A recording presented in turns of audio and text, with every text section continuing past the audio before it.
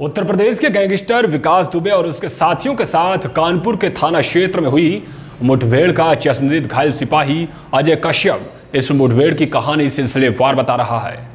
मुठभेड़ में अजय गंभीर रूप से घायल हो गया था और उसको विकास दुबे की तरफ से हो रही फायरिंग से बचाकर जाबाज पुलिस और एसओ ने हॉस्पिटल में भर्ती कराया था। अजय कश्यप अपने बुलंदशहर के डिवाई स्थित घर पहुंचा और वह बता रहा है कि किस तरीके से वहां पूरी घटना हुई। अजय, आप जो हैं कानपुर एनकाउंटर के चश्मदीद रहे हो, आपने क्या वाकया देखा था वहाँ पूरा? जी, उस दिन 2 तारीख की रात थी, तो मेरी ड्यूटी थी एस सर के साथ हमारा ही ड्यूटी थी, मेरी और जितेंद्र पाल की, जिसकी डेथ हो गई जो मथुरा का था। तो हमें 12 बजे के आसपास तो अपने क्षेत्र में थे, अपने पेट्रोल थाने के क्षेत्र में। तो एस सर के पास फ़ोन आता है किसी का कि हमें वहाँ दबिश में जाना है, जो कि चौबेपुर थाने क्षेत्र की दबिश थी। तो वहाँ पे 3 थानों की पुलिस आ रही थी, चौबेपुर, शिवराजपुर, हमारी पिठूर की। तो हमारे पिठूर से 2 गाड़ी गई थी, एक हमारी गाड़ी, एक प्राइवेट गाड़ी लगी सर। तो 10 कुल लोग 10 गए थे हमारे थाने से, जिसमें कि हमारी चौकी इंचार्ज मलदना वाले अनूप सर थे, जिनकी डेथ हो गई है। और फिर हम गाड़ियाँ रास्ते में आके सबकी मिल जाती हैं। तो गाड़ियाँ मिलने के बाद तीनों थाने की गाड़ी एक साथ जाती है वहाँ पे। तो गाड़ी गांव के बिकरू गांव के बाहर खड़ी होती है। हम लोग उससे पहले उस गाँव में कभी नहीं गए थे, हम बिल्कुल अनजान थे उस गाँव से, हमें नहीं पता था कौन सी गली कहाँ जा रही है बस। तो फिर उतरे, गाड़ी से उतर के तुरंत चल दिए पैर। कोई बोला मैं ब्रीफिंग नहीं करी गई हमारी, क्या किसके यहाँ जा रहे हैं, कहाँ जा रहे हैं, हमारी कोई उतरने के बाद सीधे चल दिए वहाँ पर। चलने के बाद उसका मकान गाड़ी में लगभग 200 मीटर के आसपास होगा।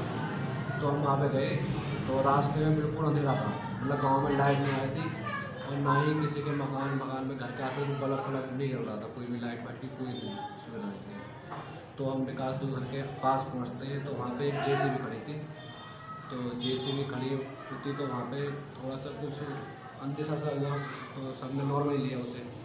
तो कुछ लोग JCB के नीचे से निकलने लगे आगे से, तो हम कुछ लोग 2-3 में हमारे सर हम JCB के आगे से चले गए, क्योंकि उसमें से एक बार में एक ही आदमी निकल पा रहा था। तो JCB क्रॉस करने के बाद कोई हमारे स्टाफ का किसी ने टॉर्च मारी विकास दुबे की छत की तरफ, तो वहाँ पे कोई एक आदमी दिखाई दिया। तो एक आदमी दिखाई देने के बाद सब बोलते जाओ घर के पीछे जाओ, हमारे एसओ सर घर के लेफ्ट साइड पर जाने देते हैं। तो सर हमें आवाज़ देते अजय। तो फिर हम 2 अजय हमारे थाने में, तो हम दोनों अजय सर के पास जाके पहुंच जाते हैं। हम घर की लेफ्ट साइड से जा रहे होते हैं पीछे, तो हम घर के कोने तक पहुंच पाते हैं तो अचानक से फायरिंग होती है, और फायरिंग बहुत जगह वाली होती है, कम से कम 20-22 राउंड आए हमने पहली बार में। तो वो वहाँ अजय सेंगर की गोली लगी, हमारे भैया के उनके 2 गोली उनके यहाँ लगी, और एसओ सर की गोली लगी, मेरे यहाँ हाथ में गोली लगी और टांग में लगी, पैर छले लगे।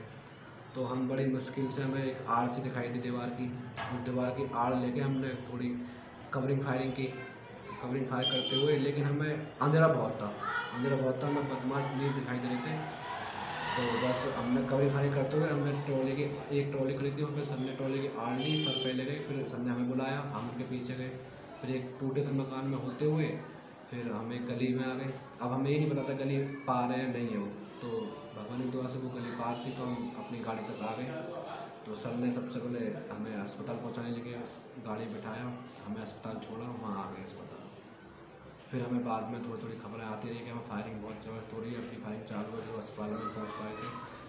फिर और खबर आई कि ऐसे कैजुअल्टी हो गई है। तो हमारे थाने की उसमें कैजुअल्टी बहुत ज़्यादा हुई है, बिल्कुल थाने में 4 कैजुअल्टी हुई है हमारे, जिसमें कि मेरे दोस्त जितेंद्र पाल और बबलू मेरे साथ ड्यूटी करते थे, हमारे चौकी इंचार्ज मंदना सर थे, और हमारे बड़े भैया के समान गाजियाबाद के राहुल भाई थे। तो बड़ा ही मतलब इतनी खुशी नहीं है मुझे बचने की, जितना